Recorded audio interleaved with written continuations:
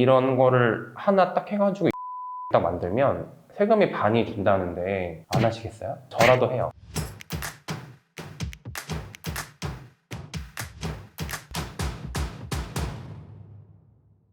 요즘 연예인들 탈세가 많이 걸리잖아요.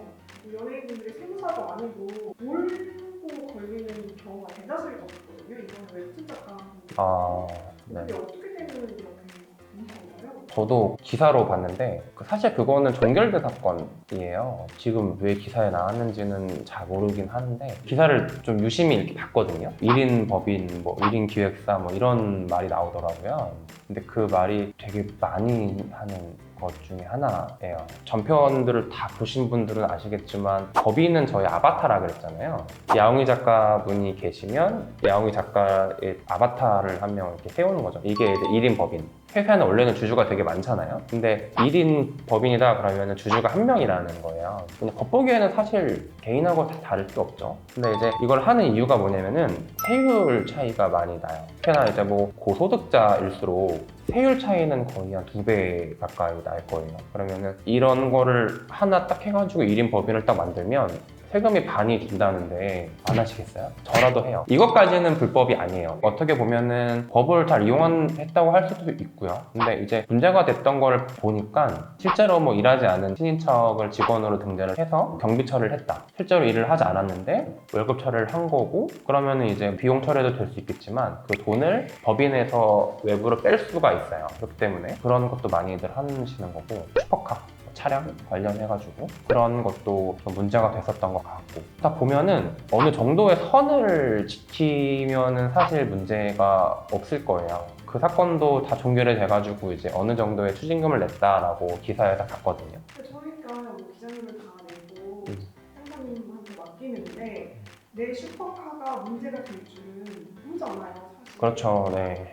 정도가 혹시 슈퍼카는 안 되는 겁니까? 아니요. 슈퍼카도 그렇고 지금 말씀드린 친인척 경비도 그렇고 다 법에 써 있어요. 그러니까 우리나라 세법이 생각보다 되게 디테일하고 어떤 거가 불법이고 어떤 거가 합법이다라는 선이 되게 명확하게 그어져 있거든요. 물론 여기에는 이제 각 회사에 맞는 상황 판단이라는 게 들어가야 돼요. 이런 상황 판단이라는 거는 당사자인 그 대표와 담당하는 세무사, 회계사님들이 하시는 거고 이 사실 판단이 돼가지고 내가 이 법에 맞춰가지고 이거를 내가 경비 처리를 하는 게 합법적이다 라고 하면 들어가도 돼요. 들어가는 게 맞는 거고요. 나중에 혹시나 그런 문제처럼 어떠한 세무조사도 바로 이 사람한테 너 이게 불법이니까 세금 내 라고 안 해요.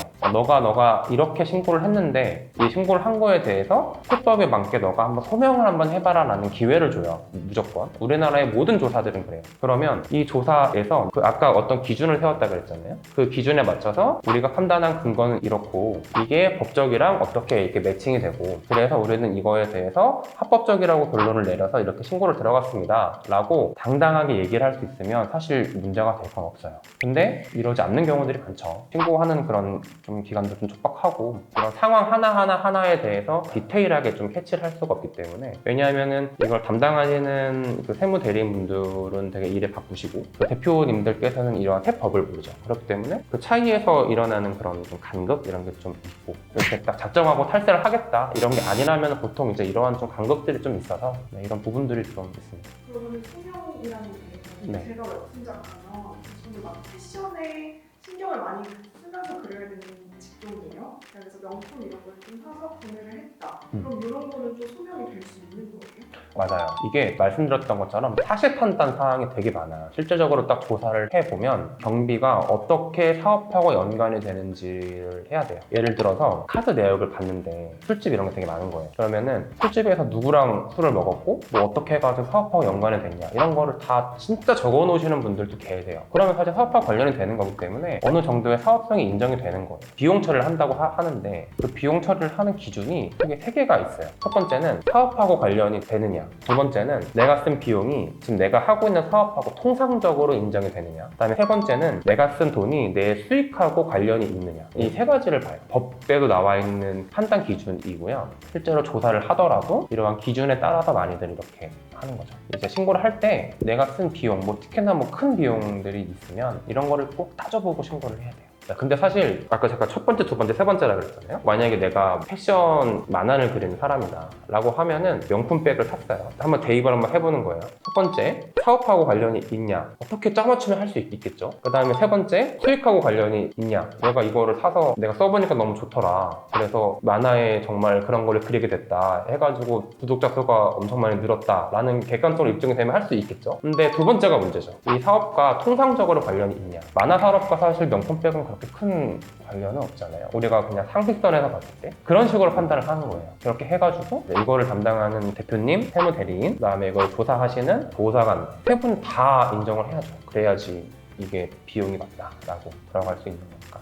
근데 두 번째 것까지 다 인정됐어요. 이건 사업적으로 맞대요. 그럼 가져도 돼요 이게. 그럼 가도 되죠. 근데 중요한 거는 내 소유가 아니고 내 사업상의 소유다라는 거죠. 내 사업상의 자산이 되는 거겠죠. 사실 명품백이나 어떻게 보면 사치제잖아요. 이제 그런 거는 거의 인정이 안 될 수가 없죠. 옷을 판매하는 사람들은 그런 건안 되는 거예요? 옷을 판매하는 사람은 그거는 아예 다른 업이기 때문에 내가 이제 이거를 사와서 파는 사람들 있잖아요. 이거는 이제 저희가 재고자산이라고 해요. 내가 팔기 위해서 갖고 있는 것들을 재고자산이라고 하거든요. 명품백뿐만이 아니라 건물을 팔기 위해서 갖고 계시는 분들도 있잖아요. 그러면은 그 건물이 그분의 재고자산일 뿐이에요. 그런 게 있어서 그건 업종마다 좀 다른 거죠. 오늘 제가 그 기사를 보면서 말씀을 드리고 싶었던 거는 1인 기업, 1인 법인 많이들 하시는데 이 부분에 대해서 어느 정도의 좀 선이 필요하다라는 거를 생각을 좀 해주셨으면 좋겠고, 이 부분에 대해서 이제 신고가 들어갈 때 제가 아까 말씀드렸던 비용이나 이런 거에 대한 적정성이 맞는지 꼭 한번 검토를 하고 신고를 들어가셔야지 여러분도 안전하고 더 좋게 마무리할 수 있습니다. 감사합니다.